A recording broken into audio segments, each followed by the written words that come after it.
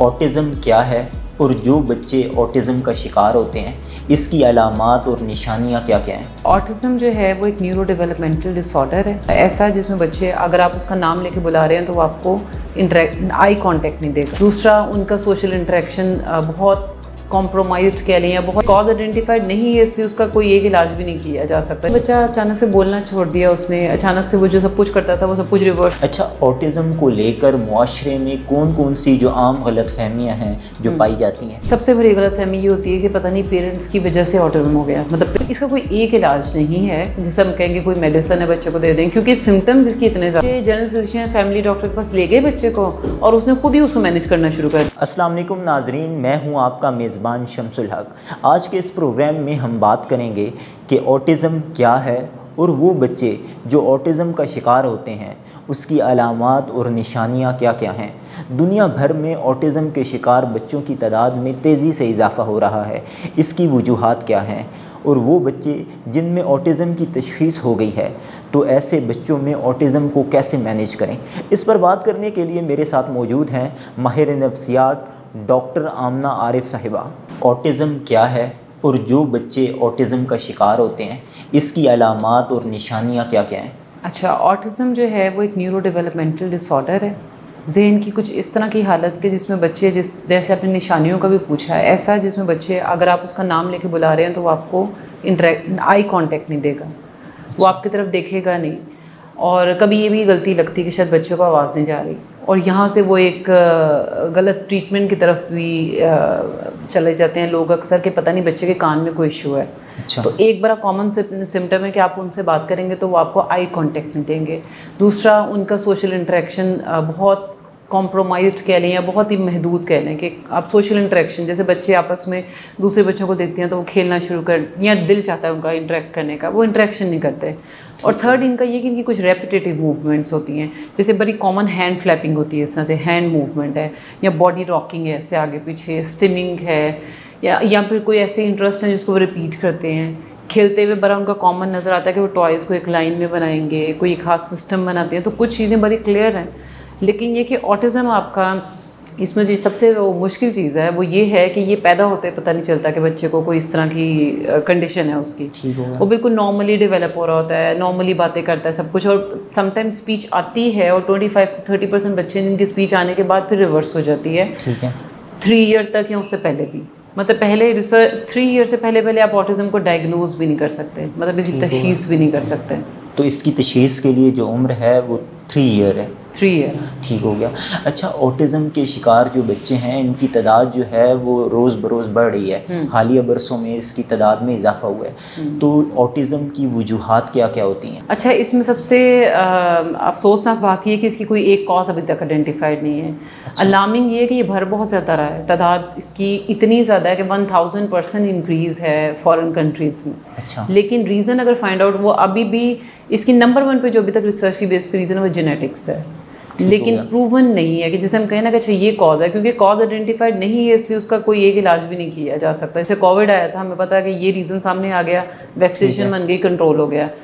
अब ये फैल रहा है लेकिन ये नहीं पता कि क्या रीज़न है, क्योंकि वो एक अमेरिका में एक बड़ी 1 ईयर 2 ईयर से एक स्टडी चल रही है, वो सब पेरेंट्स के DNA स्टडी कर रहे हैं, मतलब जेनेटिक्स पे इसी बड़ी रेगुलरली रिसर्च हो रही है, लेकिन अभी तक कोई एक कॉज आइडेंटिफाइड नहीं है।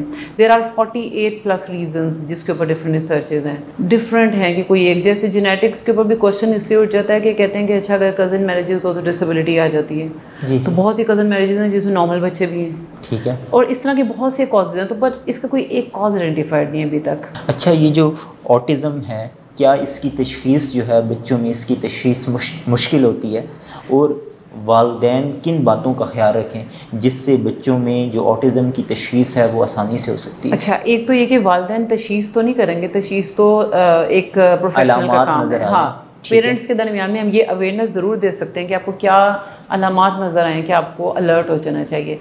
जैसे अभी हमने बात की ना कि 3 ईयर से पहले डायग्नोज नहीं करते। प्रोफेशनल अगर पता भी चल जाए ना कि हाँ ऑटिज़म के फीचर्स हैं, लेकिन वो आपको लिख के नहीं दे सकते, डायग्नोज नहीं कर सकते। वो 3 ईयर होगा 3 ईयर के बाद ही उसका वो होगा कि अच्छा ठीक है ये डायग्नोज, आपको डायग्नोज लिख के देंगे। उससे पहले वो कहेंगे अच्छा सिम्टम्स हैं। अच्छा पेरेंट्स जो देख सकते हैं ना, बिल्कुल अब तो रिसर्च के अकॉर्डिंग 6 बच्चे, रिसर्च के पेरेंट्स के मुताबिक 6 महीने के बच्चे के अंदर भी सिम्टम नज़र आते हैं। अच्छा, वो कैसे नज़र आते हैं? बल्कि 6 महीने से भी पहले कि अगर बच्चा झूले में लेटा हुआ है और उसके ऊपर वो एक टॉय चल रहा है, वो अक्सर बच्चों के छोटे उसमें लगाए, तो वो उसके साथ साथ आइज़ भी मूव नहीं करेगा। जैसे बच्चे नॉर्मली आपको देखते हैं, आप स्माइल करते हैं वो स्माइल बैक करते हैं, वो स्माइल बैक नहीं करेगा। और उसके बाद ग्रेजुअली जो एक माइलस्टोन बाकी बच्चों के सारे चल रहे होते हैं ना, कि वो इंटरेक्ट भी करते हैं, वो चीज़ों को एक्सप्लोर करते हैं, वो सब चीज़ें आपको मिसिंग नज़र आएंगी। ठीक होगा। कहीं ना कहीं नज़र आएगा कि बच्चा कुछ अपनी एक ख़ास दुनिया में है, और आपको, जबकि वो आपको सुन भी रहा होता है, सब कुछ है, लेकिन वो आपको इंटरेक्ट नहीं करेगा, आई कांटेक्ट नहीं देगा। ये छोटी छोटी सी अलामात कि जो आप देखेंगे उसकी तरफ, वो आपको रिस्पॉन्स नहीं कर रहा होगा अक्सर, तो आपको बड़ा कॉमनली ये नज़र आ जाता है। अच्छा आवाज़ें वैसे नहीं निकालता, जैसे छोटे बच्चे बैबलिंग करते हैं, आवाज़ें निकालेंगे, क्योंकि जैसे मैंने कहा इसमें 70% से ज़्यादा बच्चे नॉन वर्बल होते हैं। ठीक हो गया। कुछ ऐसे हैं जो बोलते भी हैं, कुछ हैं जो बहुत कम बोलते हैं, तो आपको जो एक शुरू की नॉर्मल बच्चे आवाज़ें निकालते हैं ना, वो भी मिसिंग नज़र आएगी पेरेंट्स को। अच्छा, अगर बच्चों में ऑटिज़म की तशख़ीस हो जाए तो वालिदैन की तरफ से एक्सेप्टेबिलिटी जो है, क्या वो है, या वालिदैन इसमें मुश्किल पेश आती है?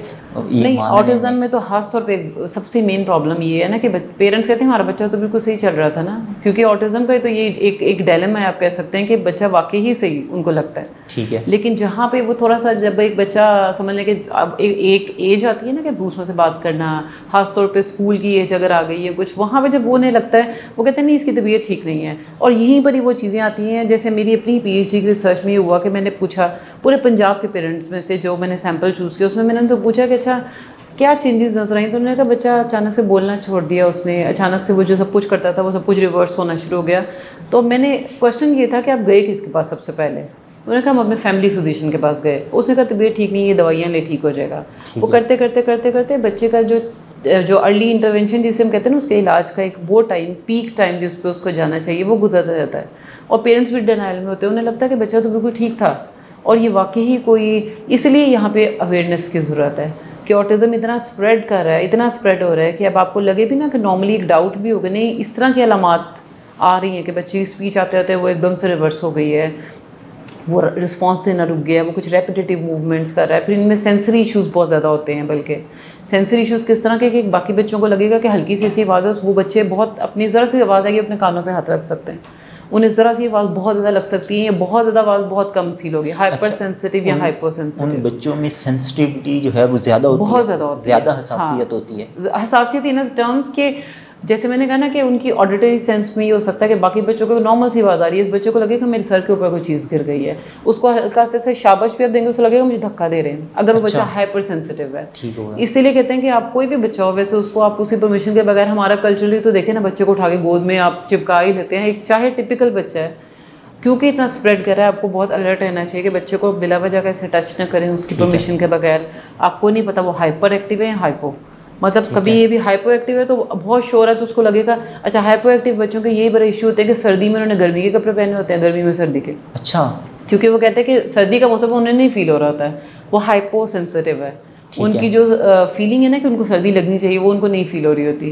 तो इस तरह के इश्यूज़ हैं, जो इसकी एक लंबी डिटेल है। आपकी बच्चे की हर सेंस में जो 5 की सेंसेस हैं, 5 सेंसेस में, जैसे कि ये अगर हल्की सी ये लाइट है, हमें इतनी बुरी नहीं लग रही, हम बात कर पा रहे हैं, वो अपनी आंखें बंद कर सकते हो, उसे लगेगा पता नहीं कितनी तेज़ लाइट है। या इन दूसरे ऑपोजिट हाइपो सेंसिटिव में उसे लगेगा कि यहाँ पे लाइट मतलब बहुत कम है, रोशनी बहुत कम है। हाँ, ठीक हो गया। अच्छा, अब वो बच्चे जिनमें तशख़ीस हो गई है ऑटिज़म की, तो अब इसका इलाज क्या है? अच्छा, इसके इलाज, इसका कोई एक इलाज नहीं है जिसे हम कहेंगे कोई मेडिसिन है बच्चे को दे दें, क्योंकि सिम्टम्स इसके इतने ज़्यादा है ना, इस तरह के स्प्रेड हुए हुए हैं। इन बच्चों के लिए थेरेपीज़ होती हैं, जैसे मैंने सेंसरी सेंसिटिविटीज़ की बात की, इनकी प्रॉपर बिहेवियर थेरेपीज़ होती हैं, स्पीच थेरेपीज़ होती हैं, ऑक्यूपेशनल थेरेपी है, प्लस फिर इनकी डाइट न्यूट्रिशन बड़ी प्रॉपरली मैनेज की जाती है, क्योंकि इनकी सेंसिटिविटी वो वाली भी है कि इनके गट के इशू बहुत ज़्यादा होते हैं। ऐसे बच्चों में मैदा उनका बहुत ज़्यादा ख़राब रहता है, उनके डायरिया बहुत ज़्यादा रहता है, उनके ये जो डेंटिस्ट्री के इशू बहुत ज़्यादा होते हैं, तो इसलिए मेडिकल ट्रीटमेंट भी चल रहा होता है साथ साथ, प्लस उनकी थेरेपीज होती हैं। और ये थेरेपी कोई वन टाइम नहीं होती, उनको पेरेंट्स को रेगुलरली डिफरेंट सेशंस लेने पड़ते हैं और फिर ग्रेजुअली बड़ा आहिस्ता आहिस्ता इम्प्रूवमेंट आती है। अच्छा, ये मैक्सिमम कितने सेशंस लेने पड़ते हैं थेरेपीज़ के? अच्छा, ये हर बच्चे की अपनी उसकी कंडीशन के ऊपर डिपेंड करता है वो और किस लेवल ऑफ सिविरिटी पे है। क्योंकि ऑटिज्म का बड़ा एक इंटरेस्टिंग बात ये, बल्कि इस पर हमने बात नहीं की, कि ऑटिज्म स्पेक्ट्रम डिसऑर्डर है। इसको हम कहते हैं ना, ये दिस इज अ स्पेक्ट्रम। इस स्पेक्ट्रम का मतलब है कि एक एंड पे वो बच्चे हैं जो बिल्कुल लो आईक्यू के साथ हो सकते हैं, एक वो जो एवरेज है, एक है हाई फंक्शनिंग ऑटिज्म। ठीक है। अब हाई फंक्शनिंग ऑटिज्म वो है जो गिफ्टेड है विद ऑटिज्म। अब आप सोचिए उनको उनकी लेवल ऑफ, अब थेरेपीज उनके लिए और तरह की है, एवरेज वाले की और तरह की है, और जो लो आईक्यू के साथ है उसका लेवल ऑफ, अब माइल्ड मॉडरेट सीवियर प्रोफाउंड जो एक कैटेगरी है वो भी है, लेकिन ये वो है जो स्पेक्ट्रम है। तो बच्चे की कितनी इंटेंसिटी है सिम्टम्स की, उस पे इंडिविजुअल बच्चे पे डिसाइड होता है कि अच्छा इसको कितने सेशन चाहिए। तो one child at a time, इसलिए हम कहते हैं ना कि अब ये नहीं कह सकते कि अभी हम जो सारी बातें कर रहे हैं वो अब सारे ऑटिज्म के बच्चों के लिए फिट हो रही हैं। वो किसी एक के लिए हो सकती है, दूसरे के पेरेंट्स कहेंगे नहीं ये बात नहीं है, ये ऐसे बोल रहे हैं, क्योंकि one child at a time, एक के लिए हो सकता है सूटेबल, दूसरे के लिए नहीं। और ऐसे दूसरों से सुनी सुनाई बातों पर यकीन नहीं करना चाहिए पेरेंट्स को कि अच्छा मेरे बच्चे ने वहाँ से थेरेपी ली थी, आप भी वहाँ जाएँ और ये ठीक हो जाएगा। ठीक तो बिल्कुल नहीं होते, क्योर नहीं होते, इलाज नहीं है कि बच्चे को कहेंगे नॉर्मल हो जाएगा, इंप्रूव हो जाते हैं। अच्छा, अब वो वालिदैन जो थेरेपीज अफोर्ड नहीं कर सकते क्योंकि इसमें एक सेशन नहीं होता, आपको बार बार सेशन लेने पड़ते हैं। हाँ। तो अब उनके लिए आप क्या उनको मशवरा क्या देंगे? अच्छा, ये सारी थेरेपीज जो हैं ये गवर्नमेंट हॉस्पिटल्स में भी अवेलेबल हैं। ठीक है, मतलब वो ले सकते हैं, प्लस बहुत सी जगहों पे फ्री कैंप्स भी लगते हैं। बहुत से स्पेशल स्कूल्स हैं, थेरेपी सेंटर्स हैं, जहाँ पे ऐसे पेरेंट्स को अगर वो जाएं, एक्सेस करें और वो उनको फैसिलिटेट करते हैं। इस तरह के बहुत से सेंटर्स अवेलेबल हैं जो फैसिलिटेट करते हैं कि अगर वो ना पे कर सकें, और बहुत मिनिमल फ़ी के साथ है। अच्छा, मतलब बहुत से डिफरेंट एरियाज़ में है, आपको जस्ट फाइंड आउट करना होता है कि कौन से ऐसे सेंटर है जो कम से कम फ़ी के साथ भी करते हैं। नहीं तो आप किसी भी गवर्नमेंट हॉस्पिटल में जाए, आपको स्पीच थेरेपिस्ट भी वहाँ मिलता है, आपको बाकी थेरेपिस्ट भी अवेलेबल होते हैं वहाँ पर। तो ज़रूरी नहीं कि आप सारे प्राइवेट सेटअप्स में और उसमें जाएँ, वो पेरेंट्स की अपनी प्रेफरेंस होती है। अच्छा, ऑटिज़म को लेकर मुआशरे में कौन कौन सी जो आम गलतफहमियां हैं जो पाई जाती हैं? सबसे बड़ी गलतफहमी ये होती है कि पता नहीं पेरेंट्स की वजह से ऑटिज़म हो गया, मतलब पेरेंटिंग की वजह से। और जैसे कुछ अर्सा पहले एक बड़ा वो एक शोर मचा था वर्चुअल ऑटिज़म, कि स्क्रीन टाइम की वजह से ऑटिज़म हो रहा है। अच्छा, एक तो ये, अब स्क्रीन टाइम की वजह से ऑटिज़म तो नहीं होगा, स्क्रीन टाइम की वजह से ऑटिज़म के जैसे फीचर्स आ जाते हैं। मतलब आप देखिए हमारे सबके बच्चे इस वक्त अगर हम देखें तो हम कहेंगे अच्छा ये इनको भी ऑटिज़म है। कैसे? क्योंकि वो आप देखें यूट्यूब पे अंदर बच्चे गए होते हैं आजकल, 4, 5, 6 साल का बच्चा, और वो पेरेंट्स जितनी बार मर्जी बुलाएं वो उनको रिस्पॉन्स नहीं करते हैं। उनकी एक अपनी दुनिया होती है, अपनी दुनिया होती है, और यही ऑटिज़म के बारे में कहा जाता है कि वो अपनी दुनिया में रहते हैं। तो अब देखिए, इसलिए मैंने कहा कि आजकल तो सारे बच्चे अपनी दुनिया में रहते हैं। तो आपने ये डिफ्रेंशिएट ज़रूर करना है कि वो एक न्यूरो डेवलपमेंटल डिसऑर्डर है। आपके बच्चे ऑटिज़म के साथ बच्चे जो उनके ब्रेन के स्ट्रक्चर में डिफरेंस होता है, उनके फंक्शनिंग में डिफरेंस है। स्क्रीन टाइम बच्चों के अंदर फीचर ज़रूर आपको वैसे नज़र आने लग जाएंगे कि रिस्पॉन्स नहीं कर रहा, आई कॉन्टेक्ट नहीं दे रहा, लेकिन उसको आप ऑटिज़म नहीं कह सकते ना। ऑटिज़म में तो फिर उसकी वो बस ऑटिज़म जैसे फीचर्स नज़र आते हैं। अब रिसर्च ने इसको प्रूव भी कर दिया कि कोई वर्चुअल ऑटिज़म एग्जिस्ट नहीं करता। दूसरा ये कहते हैं कि अच्छा नहीं, पेरेंट्स क्योंकि खुद बहुत ज़्यादा सोशलाइज नहीं करते तो इसलिए बच्चे को ऑटिज़म हो गया। ठीक है, इन्वायरमेंटल रीजंस, कोई ऐसा रीज़न आइडेंटिफाइड नहीं है कि ऑटिज़म कॉज कर देगा। ब्रेन के अंदर चेंजेस पेरेंट्स की वो बिहेवियर की वजह से नहीं, हाँ बच्चे के बिहेवियर वैसे हो सकते हैं कि अगर बच्चे पेरेंट्स से इंटरेक्ट नहीं कर रहे तो वो भी नहीं करेगा, वो एक अलग है। वो वैसे भी नॉर्मली टिपिकल बच्चों के अंदर भी आ जाता है कि अगर अकेले जॉइंट फैमिली में नहीं रहते तो बच्चे इंटरेक्शन भी कम करते हैं। ठीक है, लेकिन ये नहीं कह सकते ऑटिज़म, बट ये बड़ी गलत फहमी है कि पता नहीं अच्छा पेरेंटिंग की वजह से हो गया। रेफ्रिजरेटर मदर का एक कॉन्सेप्ट था कि पता नहीं मदर्स ऐसी हैं कि बहुत ही वो मिलने जुलने वाली नहीं है, अकेले के रहने वाली है तो ऑटिज़म हो जाएगा। इस तरह का कोई प्रूवन इफेक्ट नहीं है। ठीक है, वो तो शख्सियत में कुछ इंट्रोवर्ट होते हैं, कुछ एक्सट्रोवर्ट होते हैं। और फिर सबसे बड़ी गलतफहमी कि ऑटिज़म का इलाज मुमकिन है, इलाज मुमकिन नहीं है, इम्प्रूवमेंट है। इम्प्रूवमेंट इतनी इम्प्रूवमेंट हो जाती है कि समटाइम वो बच्चे स्पेक्ट्रम पे डायग्नोज भी नहीं होते हैं, अगर वो गिफ्टेड वाली साइड पे भी हैं या एवरेज में भी आपको बिहेव। लेकिन उसके लिए नंबर 1 शर्त ये है कि आपने उसका अर्ली इंटरवेंशन शुरू की, मतलब बच्चे का जितना जल्दी आपको फील भी हुआ ना कुछ, आपने उतना जल्दी उसको थेरेपीज या ट्रीटमेंट की तरफ ले गए, ठीक होगा। और सबसे पहले आपको जो जाना चाहिए वो साइकोलॉजिस्ट, साइकेट्रिस्ट, इसके अलावा किसी के पास नहीं डायग्नोसिस के लिए। मतलब मुझे इतना अफसोस होता है जब मैं सुनती हूँ पेरेंट्स को पूछते हैं आपको, कहते हैं मेरे बच्चे को डायग्नोस किया था इसकी स्पेशल एजुकेशन टीचर ने, और या फिर कहते हैं मैंने कहा उसने कैसे डायग्नोस किया, या फिर कहेंगे कि उन्होंने कहा कि मुझे इसको देख के पता चल रहा है इसमें ऑटिज़म है।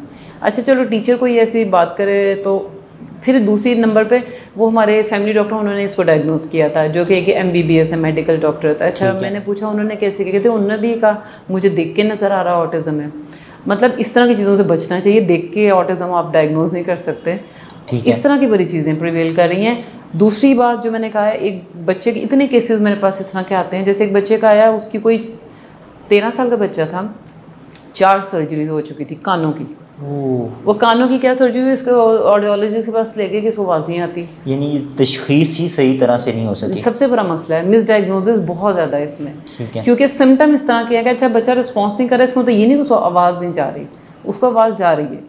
अब वो आवाज़ नहीं जा रही, किसी ने कहा, इसलिए मैंने कहा पेरेंट्स को किसी की सुनी सुनाई बातों पे आप बच्चे को ना लेके जाएं। ठीक है। प्रोफेशनल के पास जाएं, जो कि साइकोलॉजिस्ट है या साइकेट्रिस्ट है। अच्छा, यानी कि ऑटिज़म की अगर वालिदैन कोई अलामात देखते हैं, निशानियां देखते हैं, तो सबसे पहले माहिर नफ्सियात के पास लेकर जाएं। बिल्कुल ठीक हो गया। अच्छा, अब ऐसे बच्चे जिनमें ऑटिज़म की तशख़ीस हो चुकी है, तो अब वालिदैन जो हैं उनके घर में और उनके जो स्कूल के माहौल में ऐसी क्या तब्दीलियाँ की जाएं जो उनके लिए मददगार साबित हो सकती हैं बच्चों के लिए? अच्छा, ये आपका बड़ा अच्छा क्वेश्चन है। इस पे जैसे मैंने कहा ना, 1 चाइल्ड एट अ टाइम, आपको नहीं, हमें नहीं पता कि वो जो एक बच्चा है उसका वही वाला इशू ऑटिज़म तो है, क्या उसके अंदर सेंसिटिव इश्यूज़ कौन से हैं, हाइपो सेंसिटिव है या हाइपर सेंसिटिव है। घर में चेंज लाने के लिए ना सबसे पहले ये वाली चीज़ें, बाकी तो सब मैनेज हो ही जाता है समहाउ। अगर वो बहुत हाइपर सेंसिटिव है ना, उसके घर में अगर बहुत ज़्यादा शोर शराबा हर वक्त रहता है, तो वो बच्चा हर वक्त एग्रेसिव रहेगा। ठीक है। अच्छा, ये जिस तरह आपने बात की कि ये हर बच्चे के लिहाज से बच्चे वेरी करता है सिचुएशन के लिहाज से, तो ये घर में तो मैनेज किया जा सकता है, लेकिन स्कूल में तो मैनेज करना बड़ा मुश्किल हो जाएगा, तो इसके लिए क्या करें? स्कूल में इसलिए इनकी बहुत सी ऐसी चीज़ें हैं जो पहले 1 to 1 भी थेरेपिस्ट चल रही होती हैं, और जब बच्चे को, लेकिन वही है कि वो एक अच्छी प्रैक्टिस नहीं है कि बच्चे को आप सिर्फ 1 to 1 प्रैक्टिस में ले जाएं।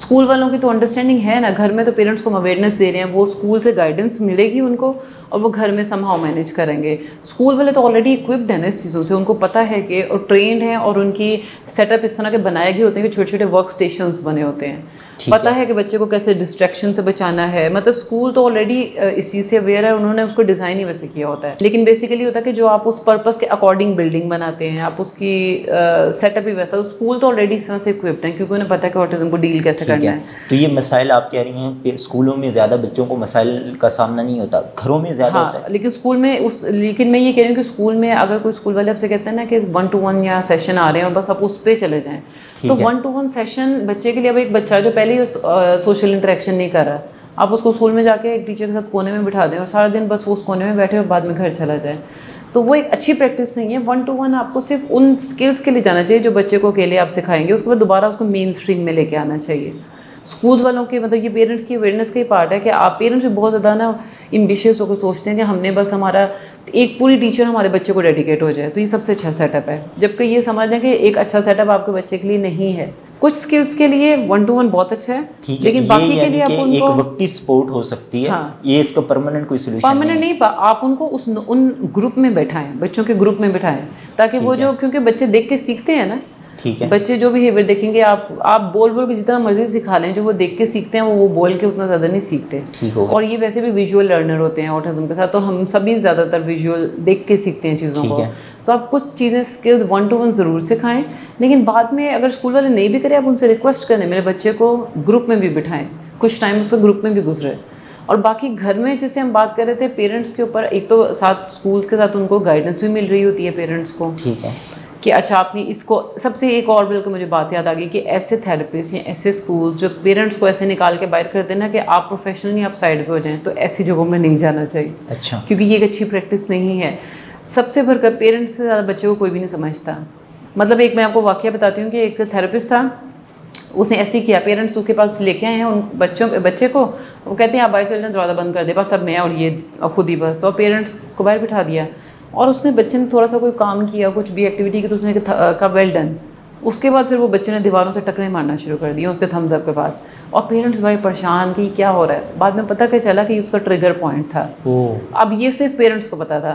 ट्रिगर पॉइंट क्या था, वो प्रीवियसली किसी स्कूल में या थेरेपी सेंटर में जहाँ पे जाता था, वहाँ पे किसी एक टीचर ने उसके साथ उसको फिजिकल टॉर्चर किया, मार के और समथिंग इस तरह का, वो उसको ऐसा करती होती थी। उसकी मेमोरी है, उसकी एसोसिएशन है। अब वो आगे बैठी हुई थेरेपिस्ट जिसने पेरेंट्स को निकाल के बाहर कर दिया। पेरेंट्स आपका बिगेस्ट रिसोर्स हैं, कि अगर आप थेरेपी भी करते हैं ना, पेरेंट्स को साथ बिठाएं कुछ टाइम। अगर आपको, हाँ, कुछ पेरेंट्स इंटरफेयर अगर आपके दरमियान करें, कुछ डिस्टर्बेंस क्रिएट करें, आप उनसे अलग से समझा सकते हैं। लेकिन अगर आप वही पेरेंट्स हैं जिन्होंने घर जाना है और जो आपने थेरेपी में किया ना, उन्होंने उसको रिपीट करवाना है, ठीक है, और फॉलो करवाना है, तो घर में बड़ी हेल्प मिल जाती है अगर स्कूल और सेंटर्स पेरेंट्स को इंक्लूड करें। ठीक हो गया। वही सेटअप उन्हें पता चल जाता है। अच्छा, मैंने अपने घर जाके, जैसे ये मैंने कहा विजुअल लर्नर है, तो इन बच्चों के घरों में अगर आप देखेंगे आपको इस तरह के विजुअल्स बड़े नज़र आते हैं। जैसे हैंड वॉशिंग है तो हैंड वॉशिंग के विजुअल्स लगे होंगे, सबसे पहले क्या करना है, फिर क्या करना है, फिर क्या करना है। तो ये सारे विजुअल्स और सारी चीज़ें स्कूल उनको हेल्प करता है समझने में कि अच्छा आप घर में कैसा सेटअप रखें। ठीक है। अच्छा, अब मेडिकल साइंस जो है ना वो एहतियात की तरफ आ रही है कि यानी कि इलाज की बजाय अगर आप एहतियात करें तो डॉक्टर्स और मेडिकल एक्सपर्ट्स कहते हैं कि ये ज़्यादा जो है वो बेहतर है। तो क्या कोई एहतियाती तदाबीर हैं जिसके ज़रिए इस डिसऑर्डर या बीमारी, ये एक तो ये भी बता दीजिए क्या ये डिसऑर्डर है या बीमारी है, और दूसरा इससे कैसे बचा जा सकता है एहतियाती तदाबीर के ज़रिए? अच्छा, एहतियाती तदाबीर जिसमें मैंने कहा ना, जितना जल्दी अलामत नजर है उतना जल्दी उस पर काम करना शुरू कर दें।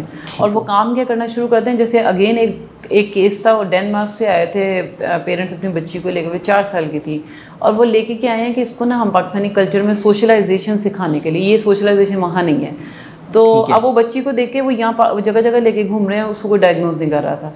ओके, तो मैंने कहा आपने इनको डायग्नोज करवाना क्यों है? कहते हैं मतलब ये ऑटिज़म पे वहाँ डायग्नोज हुई है, यहाँ डायग्नोज नहीं हो रही। उन्होंने उसके ऊपर 6 महीने से काम करना शुरू किया, फादर ने। ठीक है। काम करने का मतलब कि वो जो उसके सिम्टम थे उसको पढ़ते गए। अब आपको क्या चीज़ है जो इंटरनेट पे नहीं मिलती, दो आप मिसगाइड भी हो जाते हैं समटाइम, बहुत सी इन्फॉर्मेशन है, लेकिन उन्होंने फोकस वे में अपने आप को एम्पावर किया, पढ़ा, और उसके साथ ना जैसे जो बिहेवियर आया उसको वहीं पकड़ लिया। ठीक है। और वो करते करते करते जो बच्ची 4 साल की थी तो वो डायग्नोज नहीं होती ऑटिज्म पे, वो क्राइटेरिया पे फुलफिल ही नहीं होती, मतलब फुलफिल नहीं कर रही थी उसको। ठीक है। तो जितना एहतियात इसमें ये है कि जहाँ आपको बच्चे के ट्रिगर पॉइंट पता चल रहे हैं, जहाँ आपको पता चल रहा है कि अच्छा ये अलामत आना शुरू हुई है, और जहाँ, तो ये आप वहीं से काम शुरू कर दें। अच्छा, ये तो खुशकिस्मती थी कि वो वालिदैन जो थे वो प्रोएक्टिव थे। हाँ। तो अब ज़्यादातर वालिदैन तो प्रोएक्टिव नहीं है हमारे माशरे में। वालिदैन क्या, हम आम अगर देखें लोगों को, प्रोफेशनल्स को देखें, तो वो भी अपनी ज़िंदगी को लेके प्रोएक्टिव नहीं है। तो अब जो वालिदैन प्रोएक्टिव नहीं है वो क्या करें? अच्छा, प्रोएक्टिव नहीं है कि सेंस, मतलब प्रोएक्टिव से आपको क्या मतलब है कि वो पेरेंट्स अपने बच्चे के लिए ज़्यादा, यानी कि जब भी किसी एक मसले का सामना करना पड़ता है, हाँ। तो वो बाज़ औक़ात फौरी तौर पे उसको मान लेते हैं कि ये वाकई ये मसला है, और फिर उसके सॉल्यूशंस की तरफ जाते हैं। या प्रोफेशनल्स जो हैं वो प्रोएक्टिवनेस ये है कि आप पहले एक तैयारी करते हैं ताकि जो आने वाले मसाइल हैं उनसे निपटने में आसानी हो। तो अच्छा, अब ज़्यादातर लोगों की ऐसी अप्रोच नहीं होती, तो वो क्या करें? लेकिन अब आप थोड़ा सा अगर कोई सर्वे करें ना, तो ऑटिज़म की इतनी अवेयरनेस है लोगों में, मतलब कोई टीवी शो नहीं है, कोई अब आपके भी कोई जगह नहीं जहाँ ऑटिज़म की बात नहीं हुई भी। ठीक है। मतलब पहले मैंने कभी नहीं सुना था कि ऑटिज़म के बारे में लोगों को पता है। कंप्यूटर साइंस के लोगों से लेके लैंग्वेज, मतलब जितने प्रोफेशनल्स भी हैं ना, वो सारे ऑटिज़म के बारे में जानते हैं, मतलब जो कि अच्छी बात है, जो कि अच्छी बात है। वहाँ से प्रोएक्टिवनेस आ रही है। अब पेरेंट्स में, मतलब मैंने जितने पेरेंट्स से मिली हूँ ना, मुझे नहीं एक्सपीरियंस हुआ अभी तक कि पेरेंट्स को ऑटिज़म के जो आते हैं ना पेरेंट्स इतने, अभी जैसे राइट नाउ अभी भी मेरी एक सेशन बुक है, दीपालपुर से लेके आ रहे हैं अपनी बच्ची को। ठीक है। वहाँ किसी ने सजेस्ट किया, रेकमेंड किया, उन्होंने मुझे कॉन्टेक्ट किया, और अब वो वहाँ से यहाँ लेके आ रहे हैं। पेरेंट्स को ऑटिज़म के बारे में अवेयरनेस है अब बहुत ज़्यादा, और जिनको अलामात कुछ नज़र आती हैं ना, वो कुछ भी नहीं करते हैं ना, तो फिर वही वाली चीज़ है कि वो फिजिकल, वो जो आपका जनरल फिजिशियन है ना, उसके पास जाते हैं। अब यहाँ पे क्या है, मैं डिफरेंट प्लेटफॉर्म्स पर रिक्वेस्ट करती हूँ कि जो जनरल फिजिशियन है ना, वो होते हैं जिनके वो पूरा रिलाई कर रहे होते हैं। अब वो पेरेंट्स कहीं भी नहीं लेके जाते ना, तो वो अपने फैमिली फिजिशियन के पास ज़रूर ले जाते हैं कि मेरे बच्चे के अंदर कोई तब्दीली है, कुछ है। वहाँ पे काम या तो ठीक हो जाता है या ख़राब हो जाता है। अच्छा। वो ख़राब कैसे होता है, जब वो जनरल फिजिशियन, जबकि सब जनरल फिजिशियन को भी पता है ऑटिज़म क्या है, जब एक आम पॉपुलेशन को पता है तो मेडिकल प्रोफेशनल्स को भी पता है। ठीक है। मल्टीपल केसेस आते हैं कि जहाँ ख़राबी वहाँ से शुरू हुई है, कि जब आपके जनरल फिजिशियन फैमिली डॉक्टर के पास ले गए बच्चे को, और उसने खुद ही उसको मैनेज करना शुरू कर दिया है, ये दवाई दें, ये दवाई दें, तबीयत आजकल ठीक नहीं है, मौसम चेंज हो रहा है, करते करते करते बच्चे का वो कहीं का कहीं उसका टाइम गुजर गया। यहाँ पे रोल आता है जनरल फिजिशियन का, जो छोटी छोटी गलियों में बैठे हुए क्लिनिक्स खोल के पेरेंट्स लेके जाते हैं गांव में भी बैठे हैं ना, पेरेंट्स लेके जाते हैं डॉक्टर्स के पास, ठीक है। उनका काम है कि वो उनको गाइड करें, जो मैं बार बार कह रही हूँ कि माहिर नफ्सियात के पास। आप ये सिम्टम को नॉर्मल कंसीडर ना करें कि बच्चा बोलते बोलते एकदम से बोलना कम कर दिए, या वर्ड्स कम हो गए, या आई कॉन्टेक्ट ही नहीं दे रहा, या कुछ रेपिटेटिव मूवमेंट है, या कुछ एक अजीब से आप कह सकते हैं अनयूजुअल रिस्पॉन्सेज हैं। जैसे मैंने कहा ज़रा सी आवाज़ पे भी कान बंद कर लेना है कुछ, वहाँ पे जनरल फिजिशियन का रोल है कि पेरेंट्स उनको लेके जाते हैं उनके पास, उनका रोल है कि वो उनको अब गाइड करें बजाय खुद उसमें लग जाएं, क्योंकि अब ऑटिज़म का पता है उन्हें भी।